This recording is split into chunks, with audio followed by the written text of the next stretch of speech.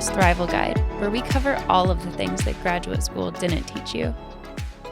Welcome to the Therapist Thrival Guide. My name is Miranda Barker. I'm a licensed clinical social worker, and I am here with a special guest co-host, Dr. G. Yeah, that's me. Do you want to introduce yourself? Yeah, Justin Gerstner. I'm a psychiatrist and chief medical officer here at Ellie. Co-hosting today. I thought I was just going to be Lucas, but now I have to be myself. But I'll do it. Well, I'm glad to have you back on this podcast. We've had you on a couple of different times to talk about psychedelic assisted therapy, and then what was the other topic we had you here for? Like technology. Technology and therapy, that's right. So two super recent episodes. We'll link them in the description. And then today we also have Robyn Janssen. Would you like to introduce yourself? Absolutely. So I'm Robyn. I'm a licensed psychologist. I've been at Ellie for about 2 years, and I'm the senior director of national programs. So I get all fun things, specialty programming at Ellie, get to support and develop them. What are some examples of specialty programs at Ellie? I am so glad you asked because I am super passionate about them. Ellie has a lot of great specialty programs. We have Protector Overwatch. We have virtual reality therapy program. We have our child services program. We have an assessment program.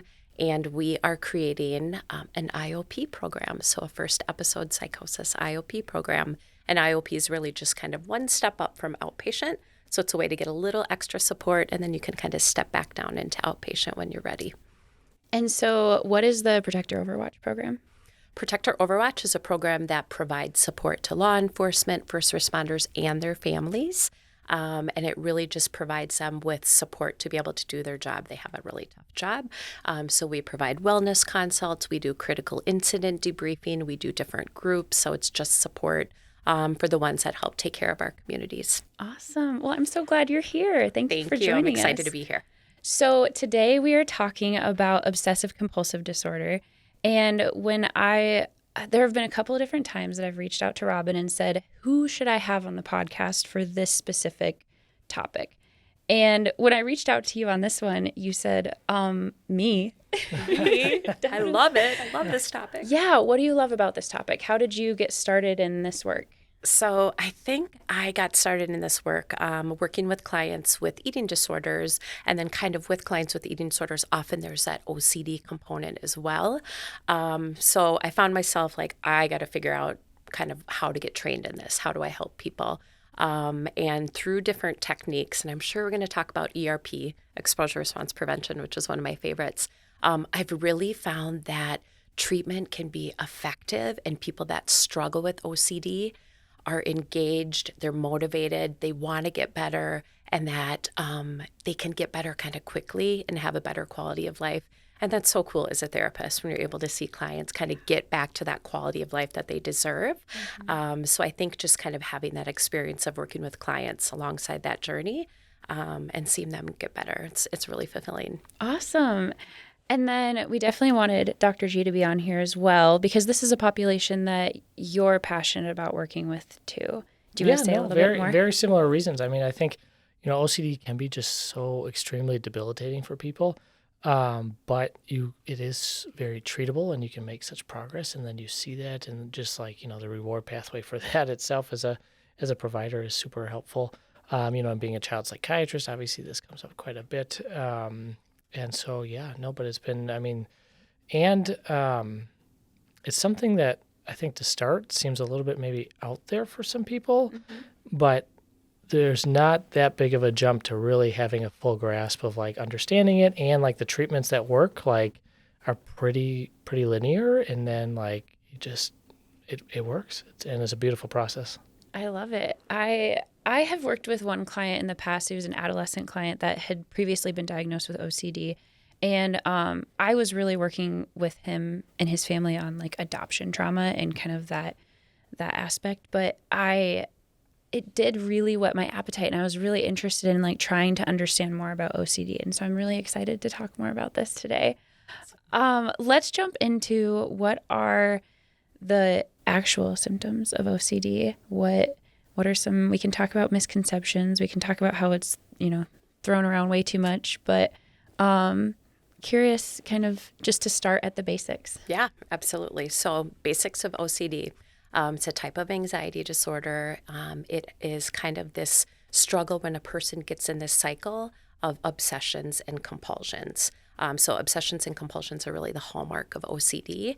And to break that down even more, what obsessions are is they're like intrusive thoughts, intrusive images, really, really distressful. So that's the part of OCD that's really debilitating for people. And then the compulsions are more behaviors or rituals, and people kind of engage in those because they think it will help them feel better or get rid of the distress, but it actually kind of reinforces that. So it's kind of this cycle of obsessions and compulsions that really can be distressful for people. Do you see a certain age? I mean, you mentioned like talking about kids with OCD. Do you see like an age range where this is typically diagnosed, or is it just there's not really any rhyme or reason? Or Yeah, no, I mean, I think, I mean, maybe this might be a selection bias too, but I do, there's definitely kind of the window during childhood and adolescence where a lot of people will start to have some of these symptoms. It definitely, for OCD itself, maybe not like, a medical cause of OCD, is for most people like a gradual onset. And so they'll have some symptoms or some building, and then it will become impairing enough to be a disorder. And so a lot of times those will start earlier. But at the same time, like, at any point in life, this can come up. when I was preparing for this episode, I was, looking at like commonly searched terms and like just kind of thinking through what do people want to know about OCD. And I think that either in like mainstream media or just different places you hear about like trauma being the cause of some OCD. Like, is that something that you guys have ever seen? Like, can trauma actually cause OCD? Oh, interesting. No, that's a good That good question. I'm throwing you for a loop. I'm is trying a to good rack my question. brain if there's, like Yeah. a big Yeah. systemic review on that or something, right? But probably not. I mean, I think, this gets into what you were saying before, is that OCD is kind of thrown around a lot, Yeah. right? And so it's like, oh, you're being OCD, right? Like that's a common term, right? But that comes from the core of actually obsessions and even compulsions to some extent are normative behaviors. And so, everybody does a little bit of that. Like even I'm looking at like these little dials here, and I've looked a couple times, and the second row is like all in a line, right? Like, And I'm sure there's a reason for that too. right. See, so we're getting at something here amongst the group, but but that also, I don't have OCD, so you get into like this place where there's these normative behaviors, and then it's like, well, what is an illness and what is not? And so people who have PTSD probably have some obsessions and compulsions, and that level of trauma, that distress, as we know, kind of cycles with comorbidities and can make other things worse. Anxiety disorders can come out after somebody has trauma. Certainly, maybe somebody's had some of these subdiagnostic OCD symptoms. You have an acute stressor or trauma, absolutely a reason why, like then that can come out, right? The causal thing is just a little bit complicated for me in my own head to be like, this makes that happen. Yeah. Whereas like they're all swimming about sometimes and can kind of play off of each other, I Yeah, think. absolutely. That's what I've heard too, that OCD really, like there's no one main cause. Genetics can be a part of it. So that genetic predisposition, if somebody in your family had it, you might be more predisposed to it. And then also that neurobiology and kind of that brain functioning as well in OCD. But there's no like one cause or something that triggers it. It's a combination of factors. That makes sense. Sure. So let's jump into treatment for OCD. Medications. You've mentioned a couple of different treatments that can be beneficial. Where do you guys want to jump in? Yeah, maybe actually, since I'm Yeah. co-host, I think I'm gonna like Go figure for this it. just a little bit. Yeah. There's one thing I was just thinking about too, of that when I was thinking about like how I go through the things with OCD, or really kind of clarifying it, or what is it. If people don't know about, but I do actually, of the rating scales, I find the YBOS actually kind of helpful. The Yale Brown Obsessive Compulsive Scale, just because like people will commonly come up with like, oh, like a germ, right? Like, or cleanliness obsession, right? And then they'll have compulsions of cleaning or whatever. Like these are common things, but commonly people have more than one obsession or compulsion.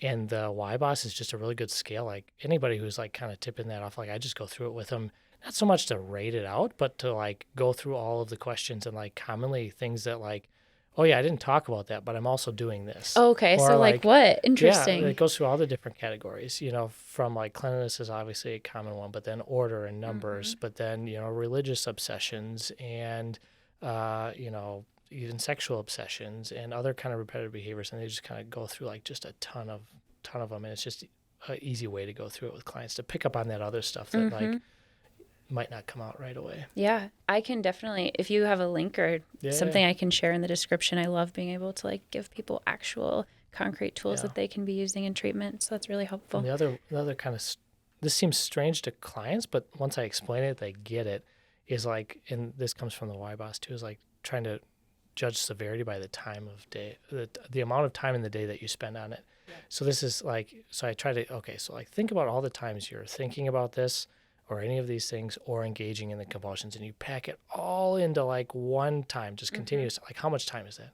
10 minutes, an hour, 4 hours, 20 hours, right?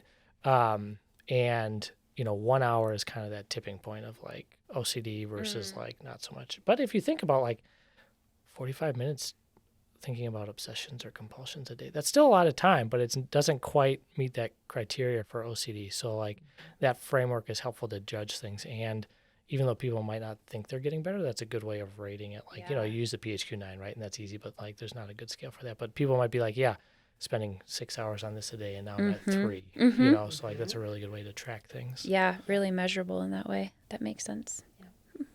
Both great resources.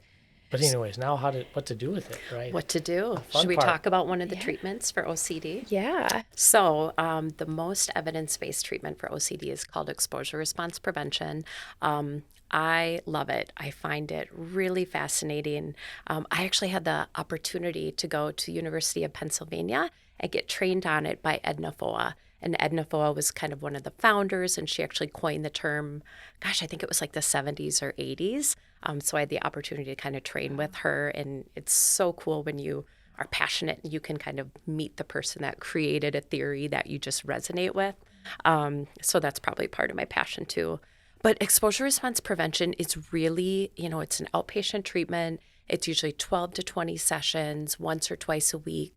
And you have a lot of psychoeducation around the process, because like what we know about anxiety is that it kind of peaks, right? So like you're exposed to something, you kind of had this curve, but over time it goes down. So exposure response prevention is a process where you guide the client through different exposures, and they have to kind of tolerate some of that uncertainty and then kind of see their distress go down. So like over time it gets better.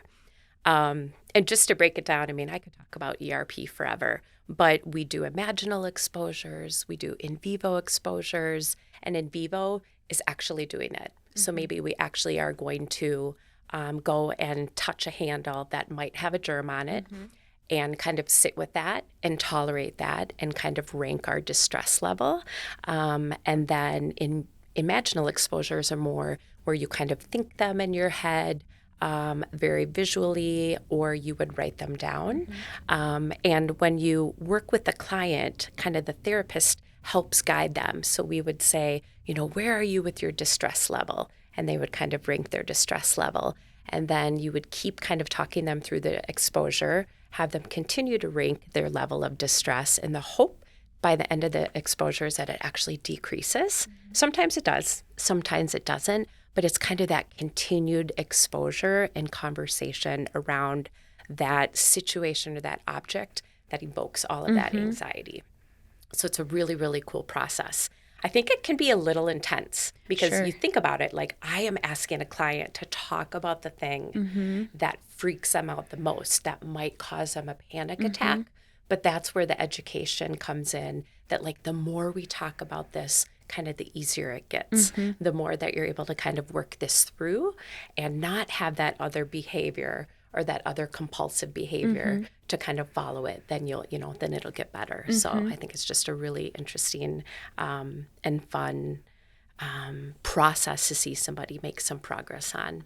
The other part I didn't think about adding is we also create a hierarchy.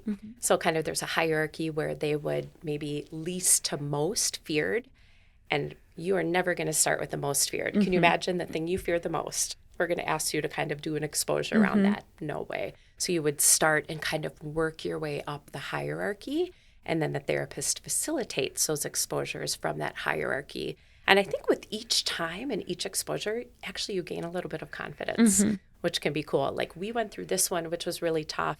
How was it for you? And you kind of can build upon that. And clients feel progress and think about and talk about and expose themselves to things probably that they have avoided for a really, really long time. So it's super powerful. So could you give me an example of maybe like a fear or a compulsion or something, and then like maybe the steps that you took towards that? Yeah, absolutely. So there's so many different fears. I'm trying to think of a common one. Let's do like fear of contamination. I think that can be kind of a common one. So a fear of germs. So what we do is kind of have them create a hierarchy. And the hierarchy might be the first thing that they're thinking about is thinking about going to a doctor's office where they could be exposed to that. And then another kind of indicator on their hierarchy is actually touching something that's contaminated. And then another thing on the hierarchy is maybe being in the room with somebody that's ill, right? So you kind of could have that contamination. And then what you do is you kind of guide them through either imaginal or in vivo each of those scenarios, have them talk it through it. They're going to get kind of anxious, but that's part of the process is to kind of feel it.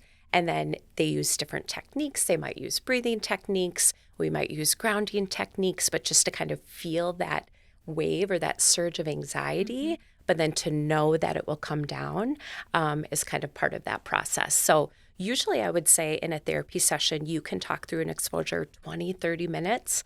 And I always find that at the end of sessions, I'll say, let's do some deep breathing or let's do some square breathing. And sometimes as a therapist, it's enjoyable to do that ourselves. So we can kind of, share that experience as well. And then we would talk about like, what might you do over the next week to practice this at home? And they're like, well, maybe I would actually think about, touching something or going to the grocery store and not wearing gloves. So you want them to kind of practice some exposures and even think of exposures they could do between sessions to kind of work on that, because then you really make progress when it's more than just that exposure in that session. Yeah. So it's kind of like a gradual process. And would virtual reality therapy work for this sort of thing as well? Absolutely. Absolutely. I'm glad you brought that up. I was working with a client who had OCD, and we went through his whole hierarchy, was really feeling good about things. And then he was talking about having to go on a trip with his wife and talked about, I think I have some like fear of flying, and talking about that further. He might have had a phobia or fear of flying. And we talked about, well, what if we target that specifically?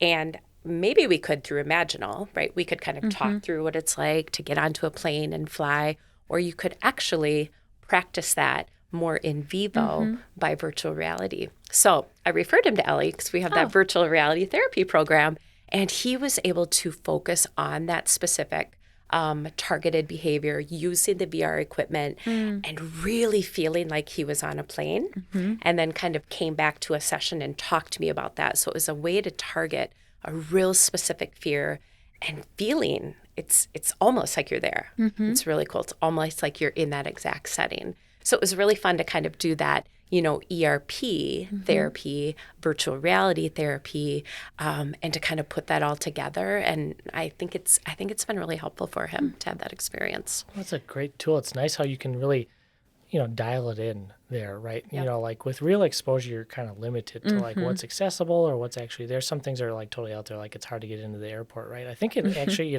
I've been trained by some people where they actually used to be able to do that, like before 9/11, like they could actually like go into the airport and get on a plane or like walk around places, right? But you can't do that anymore.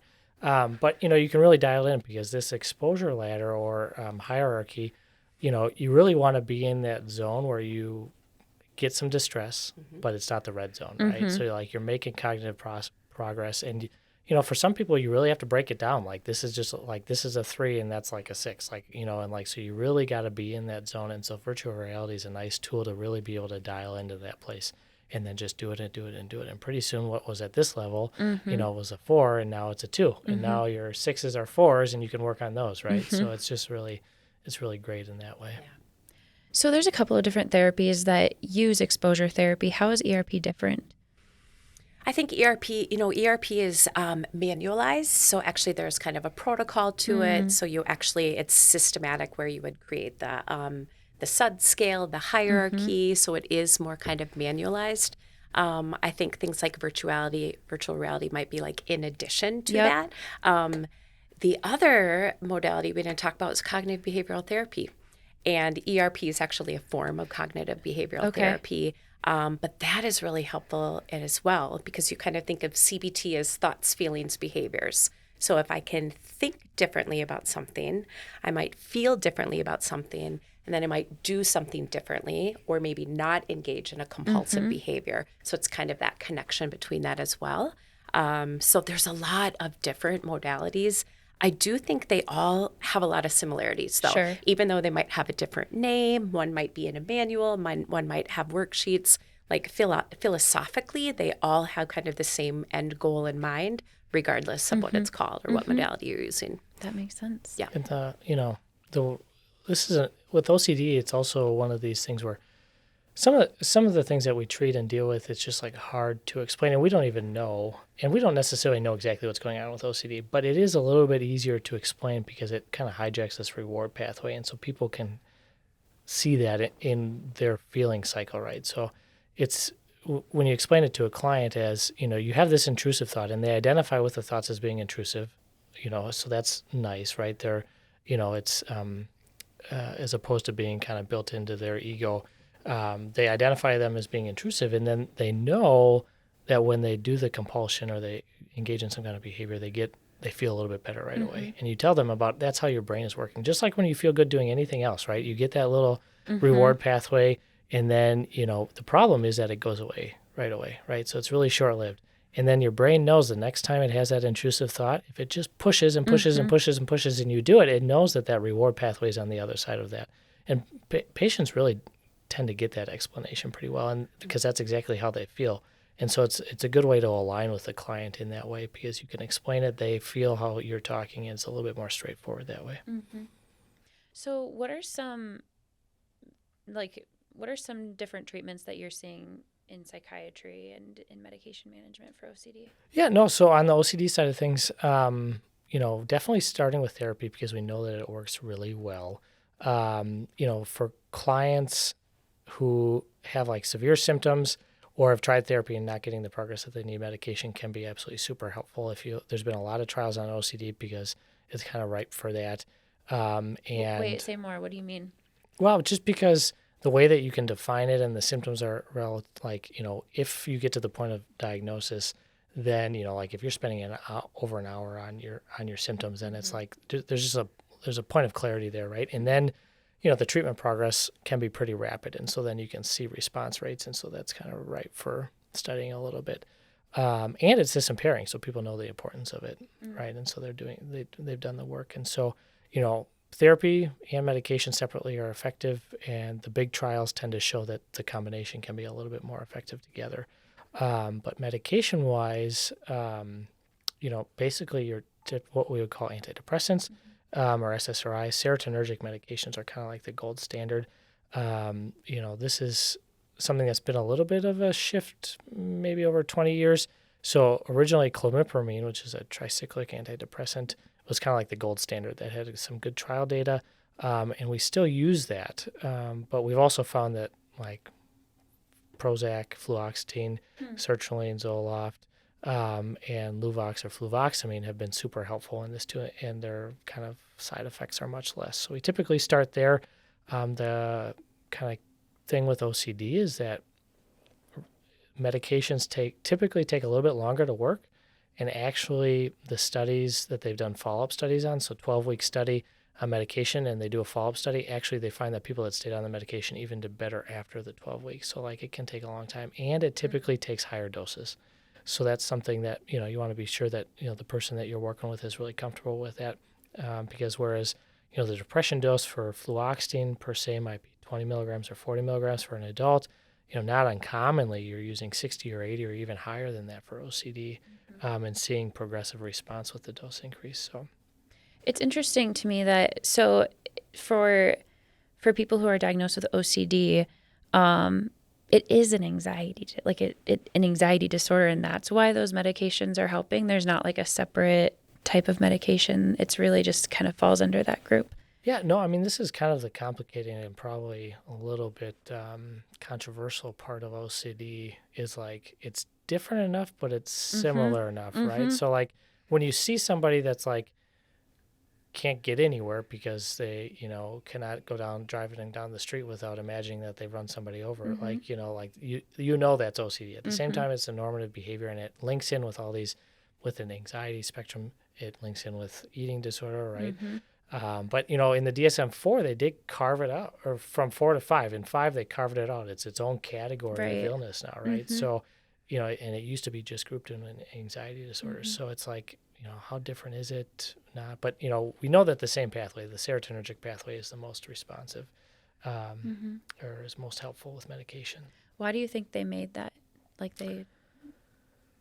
don't know. Yeah, I don't know. Probably research, or just I think the DSM is trying to kind of go away from different categories, but maybe more dimensions of diagnosis, and I think it kind of fits with that. And we're just learning more and more with research. So I think the DSM is kind of paralleling what we're learning and making changes accordingly. Other treatments that you guys are seeing that are successful for people that are struggling with OCD? I'm more so thinking from like a perspective of if you're a therapist who is really interested in this population, what are the trainings or things that you can be looking for? Absolutely. So I think, like I said, ERP, exposure response prevention, is probably the gold standard treatment. I was thinking, and I did a little bit of research, that it said 70% of individuals that did the full course of ERP actually said they felt like symptom remission and felt better. Wow. And that's amazing, like 70%. So it kind of goes to show the effectiveness. So I really want to say, get training in exposure response prevention, because I think it's really, really helpful.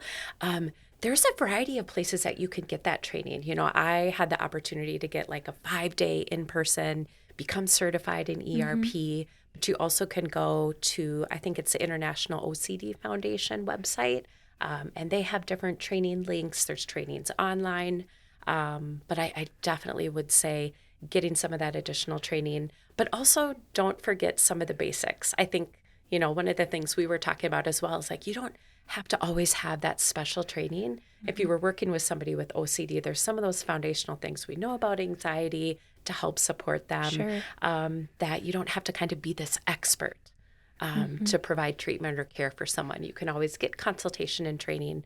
But I think really these individuals, when they're coming, a lot of even the therapeutic relationship, I think, is helpful. And validation around how distressing it is. I try to take a lot of time, and that's just like, that's client-centered, right? That's just kind of take time to get to know them and take time to connect with them, and to learn how it's impacting them. So I think that is something in addition as well. And, pulling on that a little bit is that, there's different levels of kind of expertise in this, absolutely, but it pulls on so many different aspects of CBT and other things that we do every day, right? And so, ERP is something where, like, if you're interested in it, a half-a-day training, even really just digging into it or finding one of the manuals, like, you can really get your head around it and be in a place where you can, like, clients that are having some OCD symptoms and really want to focus on that, like, you can really start diving into that in your clinical practice in a way that can really be rewarding. At the same time, knowing that, like, clients that aren't making progress or whatever else, or might have more severe symptoms, might need a little bit more. But I mean, it's really something that people can add to their practice really pretty quickly, and feel really confident that that the client's getting what they need through that. And, with that, so that's like the entry level, right? On the flip side on therapy is that there is, you can escalate the dose of therapy, and there are programs for that, in the cities and around the country. It's pretty common to have like an intensive outpatient level of care where you're working on this every day for 3-4 days a week. Partial hospitalization where, you're most of the day there. There are inpatient treatments or residential treatments for OCD for some of these really severe cases. So, and just to really be in a framework where it's supportive and can be doing that work because, doing more does help in this case. Mm-hmm. Well, that's fascinating. Any other thoughts or things that we're missing about kind of important aspects of OCD or the treatment of OCD? I did think of one other thing. One thing I think that is incredibly important is providing support for the family, and especially for children or adolescents. But I think one of the things is doing some family therapy sessions, providing psychoeducation, helping them know how to support their loved one that might have OCD, because I think sometimes they might feel like they're helping them, but it might be reinforcing behaviors, or it might be kind of reinforcing a ritual or reinforcing a compulsion. So I think it's really important to kind of include support people or loved ones in the therapeutic process. And that's something that we hadn't mentioned before. Absolutely. So I would definitely add that. Oh, that's so important. How could we have forgotten that? That's I like such a know. piece of it, right? Like how, because a lot of times this will come into like your support system, right? And the compulsions and engaging, and you just want to help people, right? You just want to help your family members, and you know that they're in distress. And if you just like reassure them, like reassurance it can be an obsession or a compulsion of its own, and so seeking like, did I just swear? Like, and asking it, no, you didn't. Okay. And then they're calmer, right? But really, actually trying to educate the family and the client to separate those OCD thoughts from themselves is another kind of core way to conceptualize it. Like that sounds like an OCD thought. Like I'm not even going to answer it. I think that's an OCD thought, and then move on, right? And for the client to really separate that from themselves too, so that they don't kind of play into that and make this reward cycle worse. There's some great family support groups out there as well. So even on NAMI, there's online family support groups, and then it's a way to kind of just hear what has helped for other families. So I think there's lots of resources for families as well as clients. Oh, that's perfect. Any other thoughts about this treatment or? I think this is the core of it, like we do have really good therapy and medications that help. There are some other exciting things for the kind of resistant cases, right? And so like if you're running into problems, like on the therapy side of things, you can kind of escalate it. On the medication side of things, there are medications that you can definitely add. There are some things that have been tried a little bit. But the other thing, is that TMS is, there are TMS protocols that are FDA indicated for OCD. And so that can be an option in some situations too. For a while now, we've known that, some cases this can be so debilitating that people end up getting a deep brain stimulator, which is a surgical procedure to put electrodes into particular areas of your brain. But that can be really transformative for people too. But kind of following along that pathway, if we can get to the right areas of the brain with TMS in a non-invasive way, and that's been really helpful for some clients too. Oh, wow. Okay. I didn't realize that OCD was something that TMS could also target. And so that's great. We just did a recent episode about TMS, and so I can also put that in the description. But fascinating stuff happening like innovative stuff happening in mental health treatment, and very cool. I think maybe the only other message is really just that OCD is like it's real, like just validating that, and I think making sure that we all feel really comfortable being there with our clients for that and knowing, getting to our own comfort level where we can be with them and sit with them, as opposed to being like, oh, that's not something that I write. It's a little bit out there, but just a little bit more we can bring it in and feel really confident with it. So it's been fun for me to be able to treat this and develop this skill and all that. So Yep. I would add to that, it's real, but it's treatable, and you can feel better, right? If you kind of engage in some therapy and maybe some medication, like you can feel better sooner, and just kind of holding that. Because I think when you think of a client that's really in distress, and if you as a clinician can kind of hold that, encourage them, it's just really cool and really powerful. I just had a session with a client, and just to maybe leave that with a client story. Probably been with me about a year, adolescent, and kind of came to me, and his parents were like, we don't know what to do. And he had a contamination fear, and would wouldn't go to school because of all the germs. If he was opening a door, had to put something on it, would spend 2 showers a day, at least an hour apiece, each, going through like multiple bottles of body wash, and then, his skin was dry and all this. And so we got him in and did some exposure response prevention. He actually ended up doing a treatment program to help with that too. We got him on some medication. fluoxetine and ended up going on a little bit higher dose, but then started really kind of turned a corner and started making progress. And then over the last probably 4 months, like essentially has worked through all of his exposures doing it. And like now it's like gone. That's like, amazing. It doesn't meet criteria. Yeah. Like, just talk to him, and we got him off of his fluox. He's not taking any medication anymore. And like his parents, and he was just so grateful. He's going to school every day and doesn't have all this distress and getting his Wow. stuff done. And like, so this is just like, these are the cases why it's like so fun Yeah. to be a part of this journey is. for people, because it's like before it was like hard to even get out the door or leave his Yeah. room, and he's wearing gloves and playing video games all day. Like that's all he could really do. And now he's just like doing anything else he wants to. Yeah, Do you- living life. Do you think that you've seen a rise in cases around like phobia around contamination, like around the pandemic and around COVID, or especially with adolescents and like having to be like schools shut down? And I'm just curious if that's something that you guys have noticed at all.